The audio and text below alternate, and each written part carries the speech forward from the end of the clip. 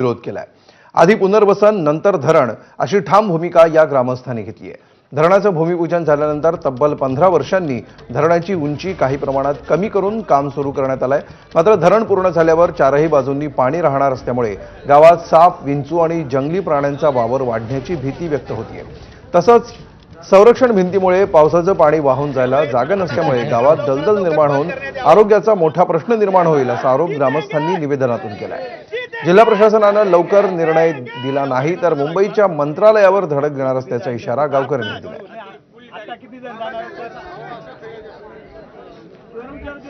विरचक शिवाराची जमीन खामगाव पुनर्वसनासाठी देण्यात आली होती आणि 15 हेक्टर जमीन ही शासन खरेदी करणार होतं। पण आता शासनाने ही जमीन नाही, धरणाची उंची कमी करून धरणाची उंची 22 पॉईंट होती, 22 मीटर 5 पॉईंट होती। ती उंची 4.70 मीटर कमी करून 17 पॉईंटवर आणली आहे। तर गावाचे पुनर्वसन हे टाळत असल्यामुळे आम्हा गावकऱ्यांचा तीव्र विरोध आहे।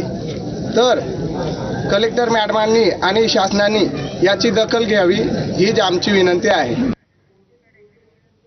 पुढची बातमी आहे पुण्याहून। वाढदिवस साजरा करण्यासाठी रिक्षामधील प्रवाशाला मारहाण करत त्याच्या पत्नीमार्फत 25